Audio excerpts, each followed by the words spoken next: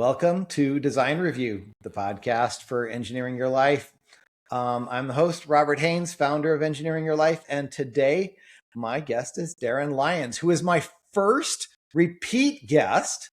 And Darren and I had a wonderful chat last year. And I know Darren because he is one of my fellow coaches studying Jungian Life Coaching at CreativeMind University. And we got to know each other really well and did some coaching of each other. Darren, it's a delight to have you back. Well, thanks for having me, Robert. It's great to be back. I really enjoyed the first time, and I hope we can just have, a great conversation about life and the pursuit of happiness, I suppose. Oh, yeah. We're going to talk about life. Nobody told me we were going to talk about life. That's it. We're life coaches, so I assume we maybe know what's happening. I think you know the drill. You've even seen some of the episodes, but that's okay. I apparently don't tire of explaining how the process rolls. So this is Design Review. I run this podcast a lot like I used to run project and product development design reviews as an engineering leader. And we talk about something that is a project or a passion or a purpose or something else beginning with the letter P of yours. And the format is going to roll the same because, and we can introduce the project very briefly, but then the first question I'll go to after that will be, what's the why? Like, what is the problem it is solving? Because then that gives us context for the rest of the conversation. Sure. Just so I don't skip over it, why don't you give like a brief intro of you for people that haven't met you before. And then after that, I'll just ask questions about the project and all that kind of stuff. Okay. Absolutely. So my project, which is ongoing, is my life coaching business, which is Lyons Life Coaching LLC, or LLC for short. And the last time we talked last year, we talked a lot about folks who were in career transition, looking to change their professional life, whether they were stuck where they were, wanted some kind of career that fit their passion a little bit better, that kind of thing. Today I'm talking more broadly maybe about folks who are from the outside looking in. They're successful in their life. They've achieved, milestones in their life, but maybe inside, there's some level of dissatisfaction. And a lot of times for those folks, they're, in order to reach more milestones or try to make things better, they're just grasping more, trying to do more, trying to take more control of their life. And I'm suggesting today that maybe the approach is to step back and take a look inside and go deep within and look at some of the patterns of behavior that are being taken place. Look at some ways that maybe we can slow down and take time to look at some of the things that are happening. And what I'd like to do in my business is to give people that time and space to really reflect and try to see what direction they want to go. Okay.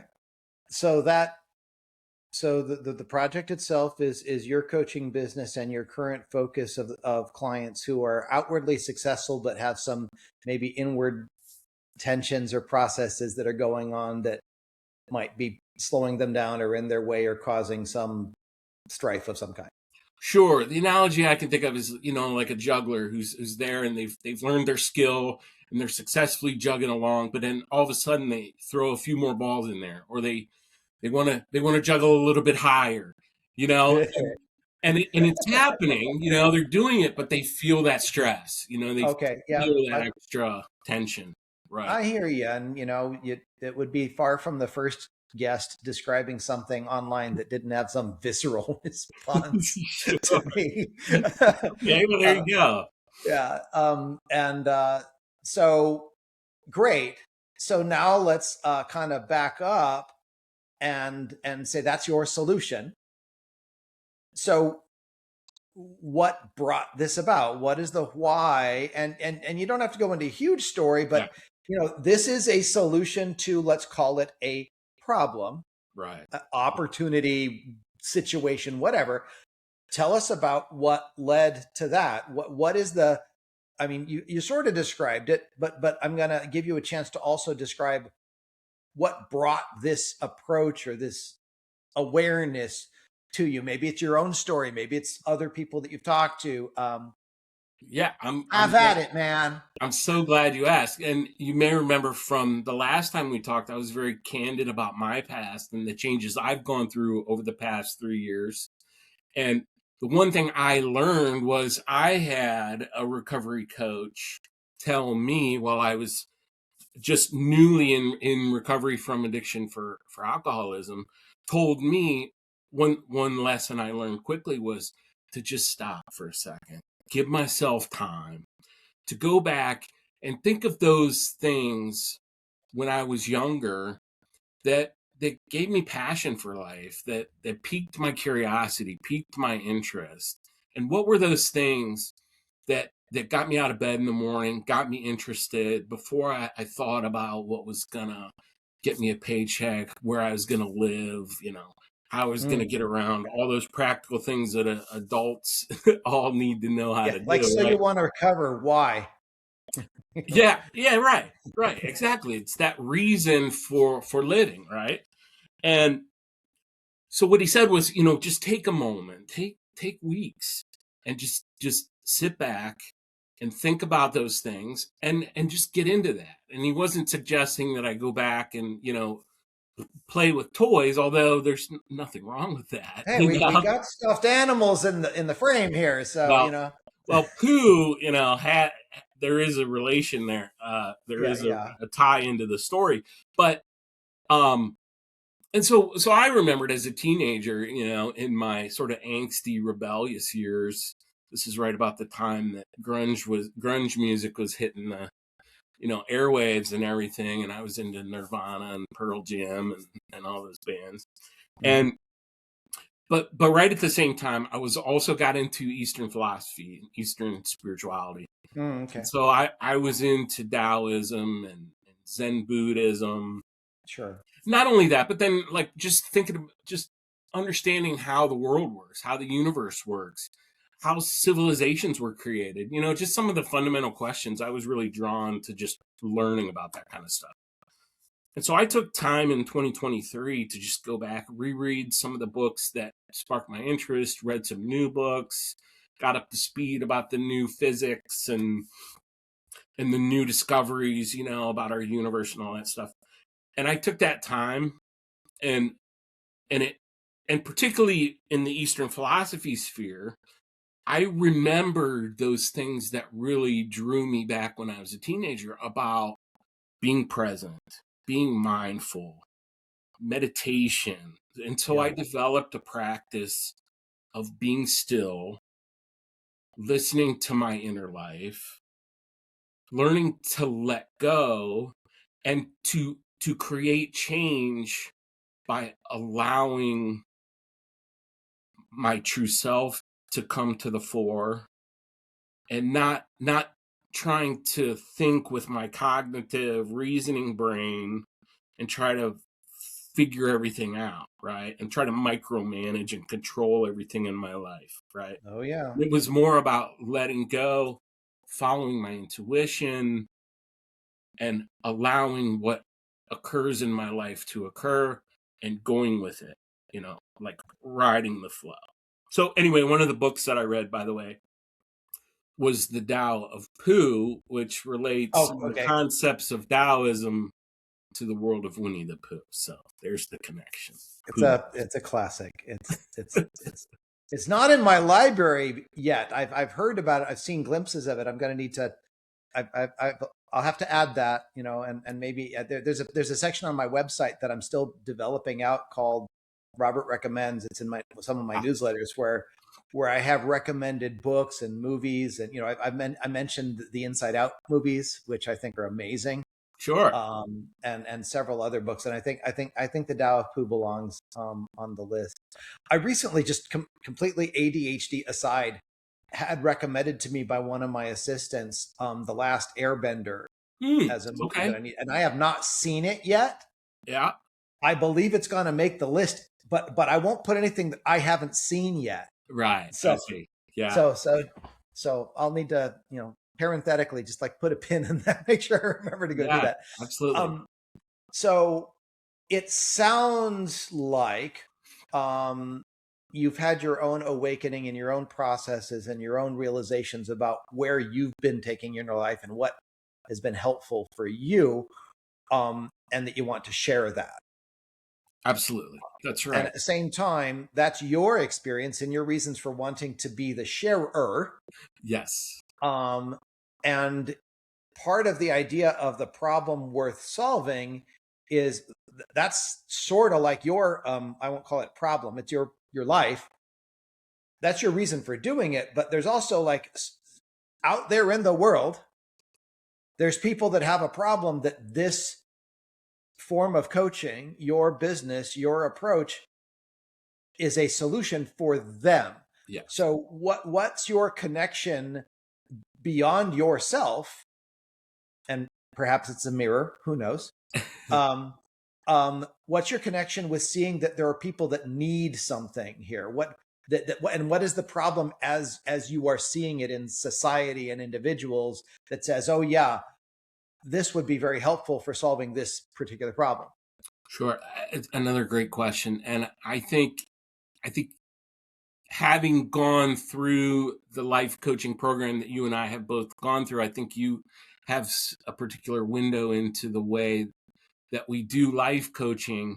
And so that spirit of inner awareness and reflection and understanding the capability that is inherently within each one of us to change is what we emphasize as life coaches, right? And so again, that's the solution we bring, but really the problem that I see, and that it's sort of happening around the world, is everything. Time is speeding up, right? So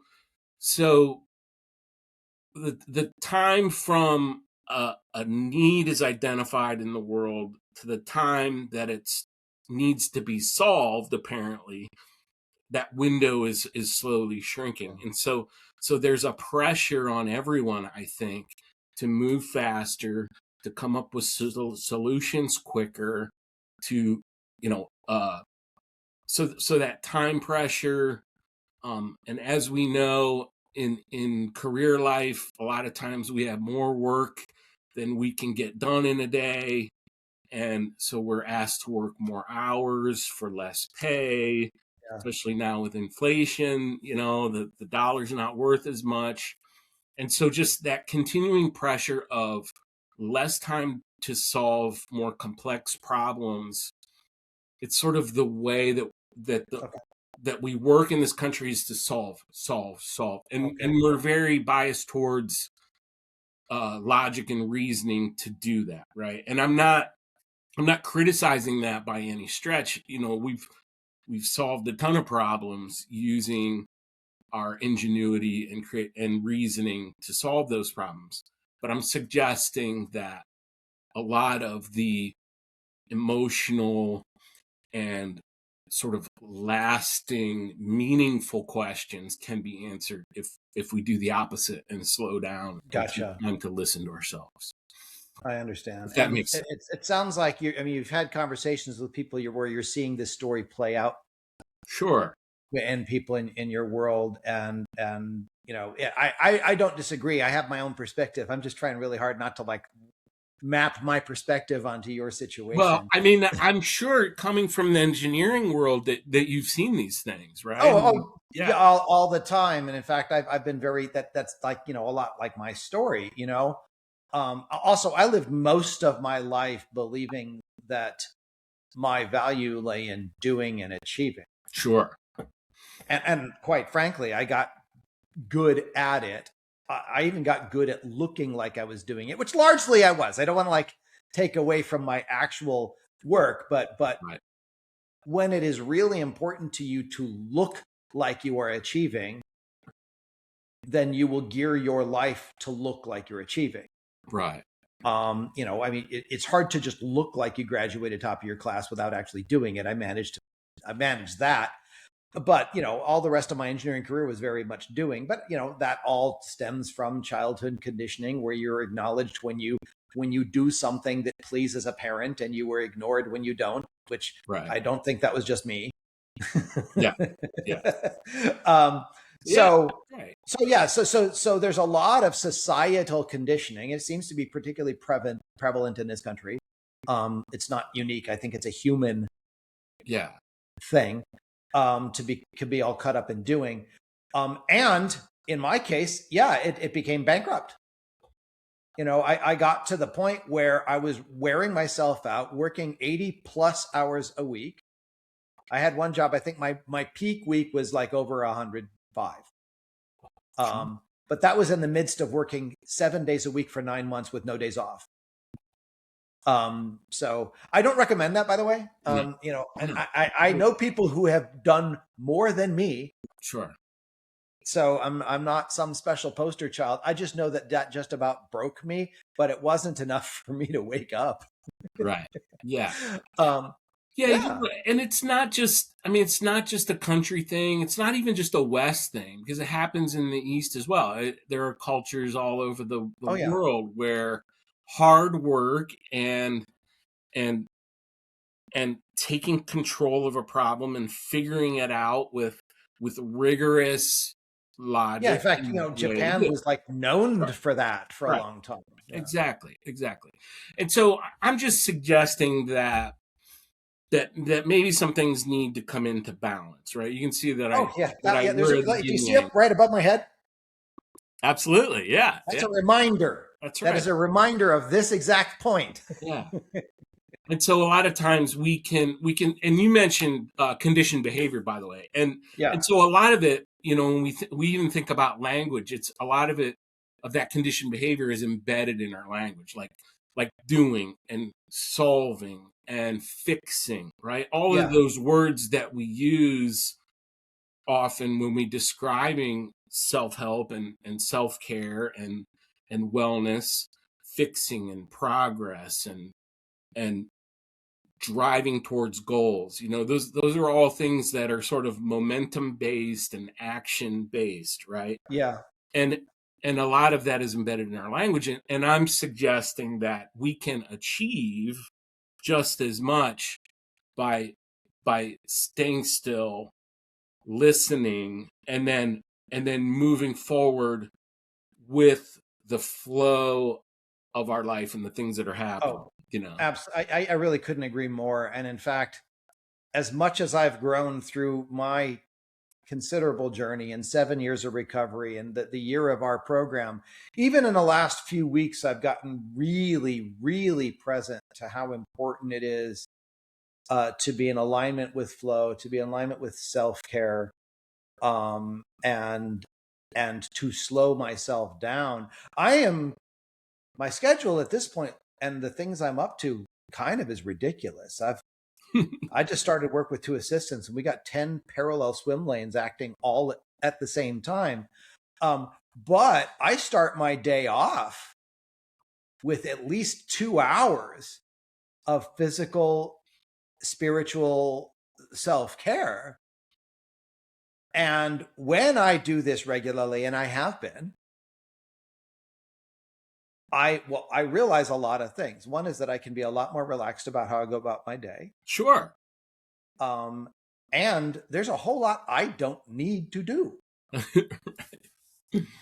And that's being in line with the flow. I also noticed I can't get through this episode without commenting on the fact that you have a yin yang on your chest. So see, share. You have the scale, and I have yin yang, but it's like tomato, and this is sort of my symbol, which I also have on my.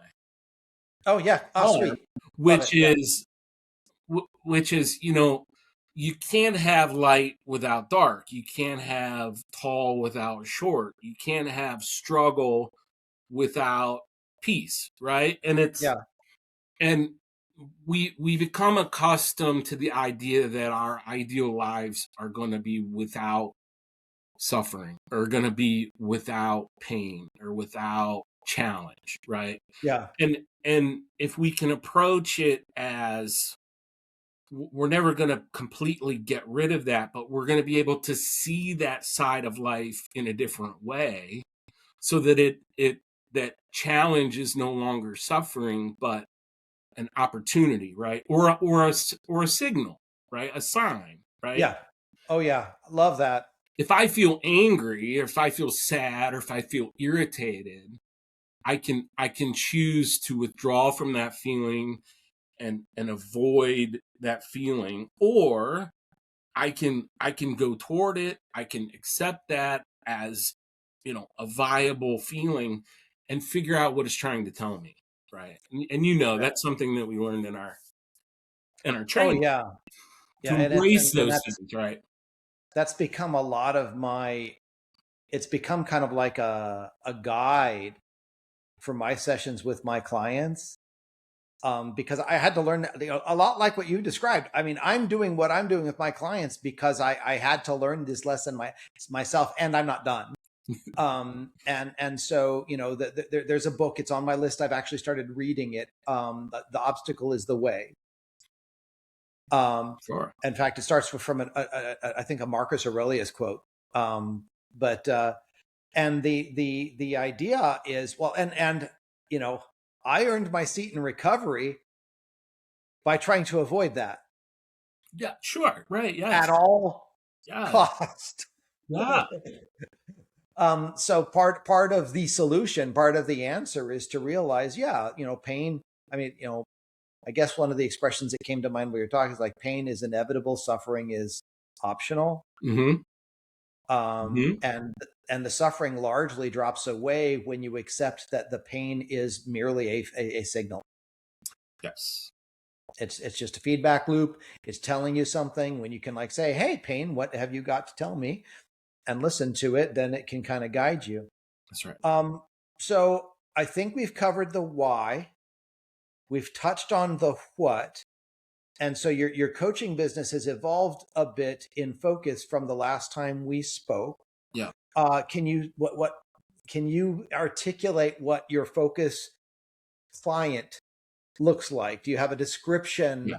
of what that looks like for you? Yeah. Well, as a lot of a lot of what I do is based on the psychology of Carl Jung. And Jung believed that once we have a solid sense of who we are, and once we have that solid identity, and he identified that most people reach that at about mid 30s, right? Give or take. Yeah, And so once an individual reaches that, where they have a pretty solid idea of who they are, they begin to say, okay, well, what else is there? What can I what else can I be? Right? It's almost like, all right, I know who I am, but who else can I be? What else can I do? Right? And a lot of that happens. So I say, I like to work with people who have gotten to that point. So folks, who are in their early to mid 30s and older, who huh? are now saying, all right, I've reached some level of success in my life. I've gotten the job that I planned for, or if it wasn't what I planned for, at least I'm successful in what I'm doing. I, if family was a goal, I have a family that seems to be going okay. I've reached these material goals in my life, right? Sure, sure, sure. But now they're at a point where, okay, if I want to go and do more, it feels like I have to grasp, and I have to control. Like if I want to take a Okay. leadership position, for example, Uh-huh. I'm going to have to climb that corporate ladder, and it's going to be rough. I'm going to have to claw and grip my way, and fight the inner office politics and all that. Sure, sure. And they're saying, I don't know when I have time and the energy to do that. Right? For Okay. example, that's an example. Or Okay. I want to step out and maybe start my own business. I have enough expertise but now I kind of maybe want some more independence and I want to go out and do that, right? But I don't know if I have the energy and the Okay. time to set all that up, right? And I'm suggesting that those are the folks that I'd like to work with. Okay. So that I can say, okay, you don't have to dial up the energy, dial up the effort, dial up the conflict, you can approach this in a different way, you know. Okay.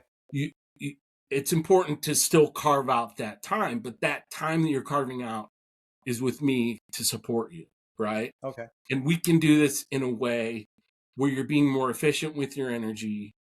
You're taking time to reflect inwardly instead of pushing that energy outward. Yeah.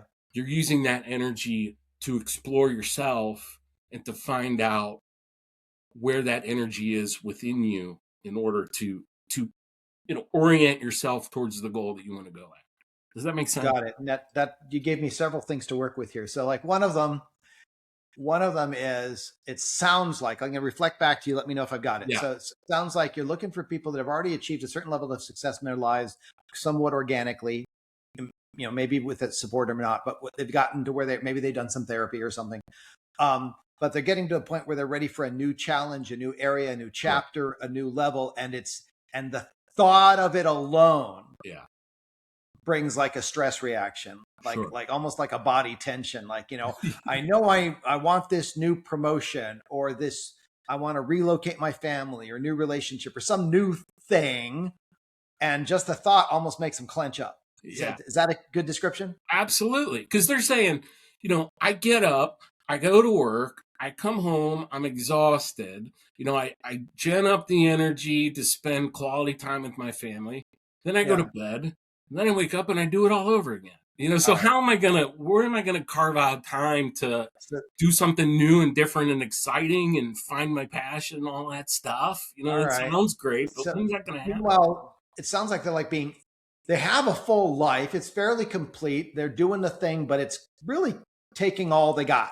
Yeah, right. Absolutely. And yet there's a calling for more, or a feeling for more, or a need for whatever more looks like. Okay, got it. Yeah. That makes sense. So do these people know they need coaching?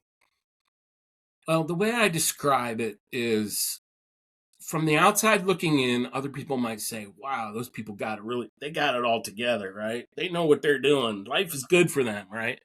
But inside, they know, like, these people know that they're pushing the limit, right?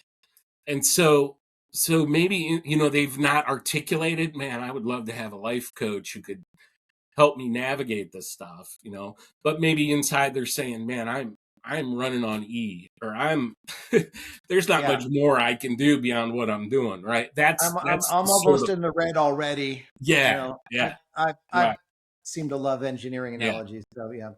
Yeah. It's like, right. Exactly. It's whatever that analogy is that says, man, I'm at my limit. Right. Yeah. And I don't know how much more I can do. Okay. That makes a lot of sense. I have a question that occurred to me, is because you were working very significantly in the recovery community before. Is that still a population you're serving? Does that dovetail in? Does this become like a bimodal thing where you have successful career, or is there overlap? Yeah, well, there's 100% overlap, and I'm glad you brought that up about addiction, because we were talking. You brought up just a couple minutes ago about how a lot of times we use addiction to avoid our feelings, right? Absolutely. And I can say that those of us who are like formally in recovery from a substance or from a behavior, we know that all too well.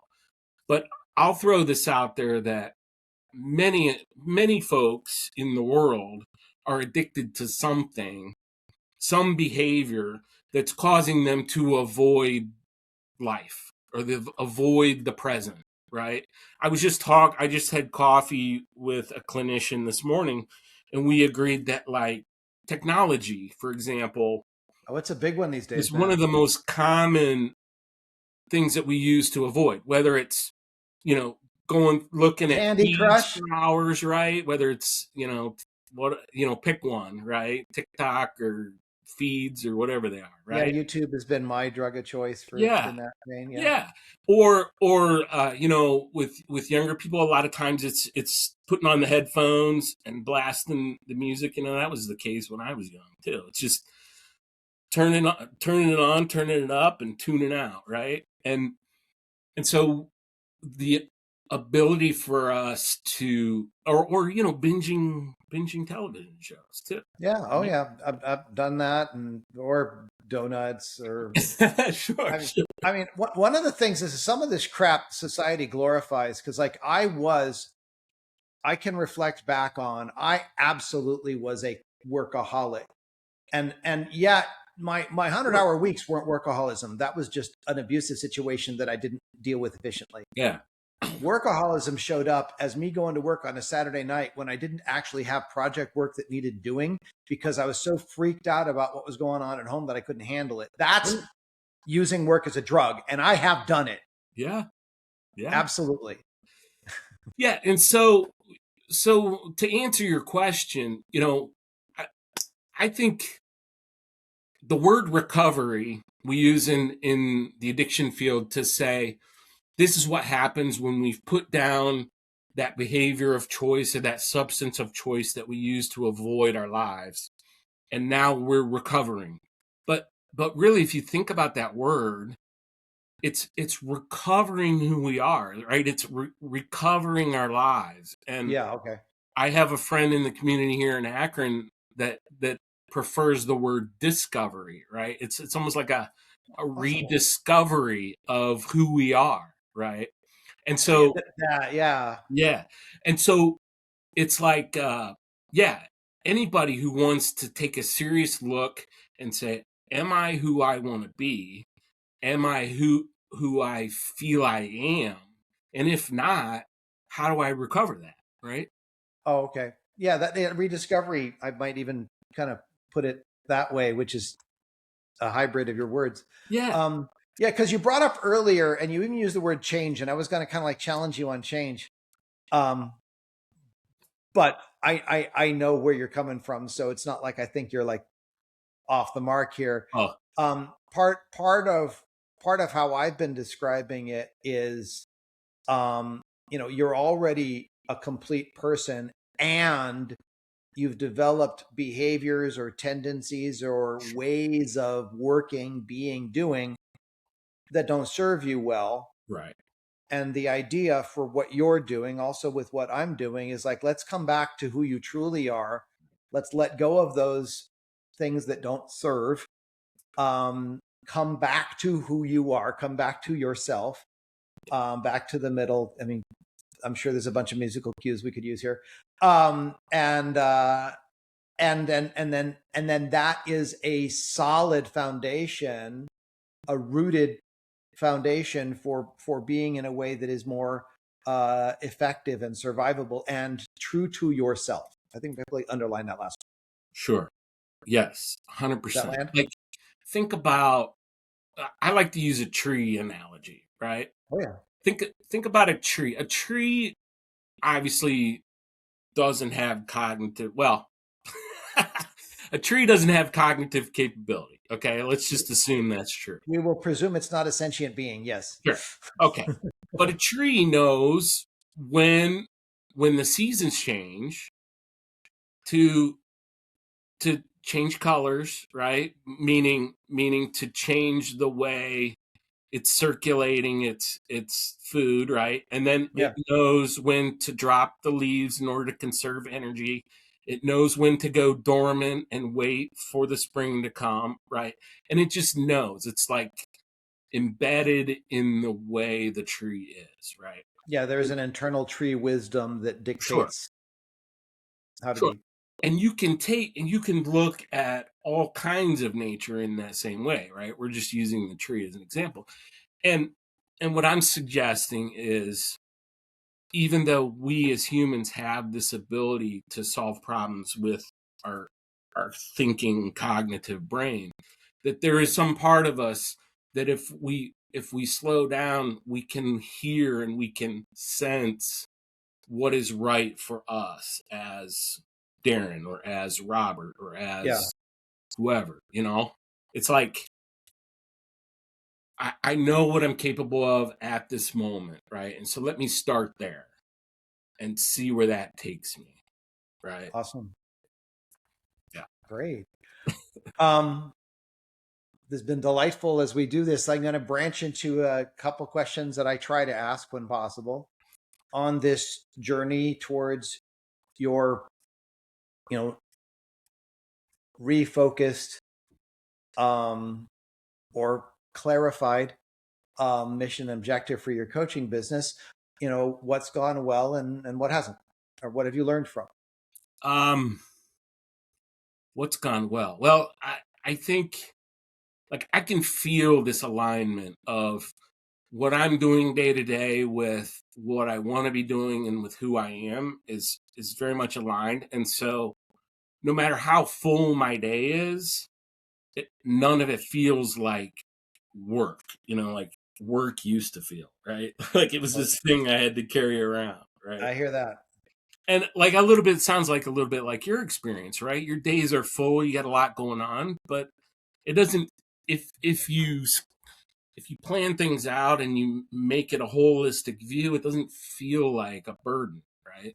Yeah, I don't wonder, can I survive another day of this at this point? Right. Yeah, so that's what's good. I think one of the challenges is getting the word out, right? Because a lot of I think a lot of the message that I have about taking a moment, can go against the grain of what we're used to, which is just keep plugging along, just get it done. I got to pay my bills. I got to show up for my family. I got to show up for the boss. I don't have time to think about all this. Life coach, who gets a life coach? My And go ahead. I have a yeah, thought. I'll later. yeah. So I think just getting the message out because none of that, and I want to be clear too, that none of that is wrong. And I'm not saying that that's a wrong way to be. Oh, I'm sure, saying sure. that that gets a lot accomplished. That go attitude and do and push and But I'm suggesting that for some people, it's worth it to just take a moment, and reorganize and Oh, see sure. what it is that is most important for me to get done in the day, and just sort of, take that time to be evaluative. I'm with you. And in fact, this is going to introduce a topic I really want to talk about more. Yeah. And that's like, why a coach? And so I've a couple of things to inject, and then I want to get your reactions to that. Nice. My minister, my spiritual advisor, who I've been working with for like 6 years now, who's also been on this podcast, one of her expressions that she has used as she's put out the word is like, if you could do it yourself, you'd already have done it. Sure. So, which I think that's legit. 100%. So that's one thing. Like, another one is, name me a significant, accomplished athlete that doesn't have a coach. That's right. Yeah. And then tell me why they have a coach. And listen to that. Yeah, I love that. You want to reflect on those for what's your philosophy here? I love it. There's so much value in having a human being sit beside you or stand beside you while you're thinking about the big questions about your life, and to say, I'm not, as your coach, I'm not going to tell you what to do. I'm not going to give you advice. I'm not going to second guess what you're doing. I'm going to help you figure it out by asking you questions that are going to get you to think about what's important in your life and help you access parts of who you are that you just may not really have thought about in the same way. Yeah. That's, absolutely. That's the role of a coach, is to be that supporter, not only to like cheer you on, but also to kind of ask those deep questions to get the engines going, you know? Yeah. And My view of coaching opened up a lot through the curriculum that we both just spent a year in. And you're still in, you're going into the master's level. Like, yes, yes. you go, man. I have my own path. I'm going to go into 2 years worth of spiritual practitioner training starting in the Awesome. fall. So like either way, we're going to continue to grow. Love it. Also, yeah, just for what it's worth, I say this very openly. I have at least 6 coaches that I currently compensate one way or another. Sure. That's awesome. And I will not work with a coach that doesn't have a coach. It's for lots of reasons that are probably beyond the scope of this conversation. I view coaching as indispensable for anybody who wants to really grow. Sure. If you're happy with your life the way it is, fine. Yeah. Love it. Yeah. But you didn't describe people that are happy with life the way it is. Either it's like, this is a burden that's getting too heavy, or I want to do something more significant, or I want more joy or more freedom or more whatever. Well, and if you really want to do that, you could effort more. But when you're already pegged right on the gauge, there isn't more available. So yeah, I'm with you. My style of coaching is not providing a lot of advice. Right. And one of the brilliant things that came out of the work of Carl Jung and the work that we're doing with the life coaching program is, the resources and the knowledge, the wisdom that is necessary is within the client. Sure. Yeah. Yeah. That's what I love about what we're doing is we learn that everything, the freedom to act in any situation is within each of us. And there's nothing that we need externally to know how to be ourselves, other than somebody to just show us how to access those parts of ourselves that we've lost connection with. And I think that's a really brilliant, concise description of what this style of coaching is. And what I didn't get until I'd been in the program, getting coached myself in the program, which I do a lot of things, and there's nothing I do that has gotten me the level or the type of breakthroughs that I got from being coached in Jungian methodology. It's really just, and I won't do without. I have adopted a coach in my Jungian individuation process from our cohort that I'm continuing to work with, and is one of those 6 that I mentioned. So yeah, it's a wonderful thing. So, well, this has just been such a wonderful open conversation. As I'm like looking at the little clock here, I'm realizing that as much as I would like to talk to you for another hour, that we're going to have to kind of like wind this one down. Sure. But before we do, there's 2 questions. One is, what's next for you? And the other one is like, how would people reach you and how would they get to you? And, whether it's a website or an address. Of course, we will list them with this as well, but it helps if you say them ahead of time. So go ahead. You're kind of like, share what you need on those 2 topics there. Yeah. What's next for me is I'm going to submit a proposal to present a talk at the Ohio Peer Recovery Summit, which will be this summer, with a clinician friend of mine, to talk about the value of human connection, which is in line a lot with what we talked about earlier about how a lot of us use technology to avoid the present, and kind of we lose connection, particularly in-person human connection. Sure. We tend to fall back to technology. So I'm hoping to speak there. I'm also looking to attend a recovery dharma summit, hopefully also this summer, which is kind of Buddhist inspired recovery. And so I'm staying very much in touch with the the addiction recovery community as I Great, great. continue this, and I'm going to grow my life coaching business, which you can find at my website, which is lyonslifecoaching.com. And I'm also Lyon. Lyons, just like my last name. And you can also find me on Facebook, Instagram, and LinkedIn. Awesome. Yeah. Well, Darren, a delight as always. It's always great seeing you and always great chatting with you. Thank you so much for the time. And I will plant the seed, which I know I've planted before. I have a vision of us doing a workshop, co-facilitating a workshop someday. So I would love that. Thank you I'm for all being about on. collaboration. So thank you for having me. This is, I really appreciate your time and your effort on this. And thank you so much. It's a great conversation. Wonderful.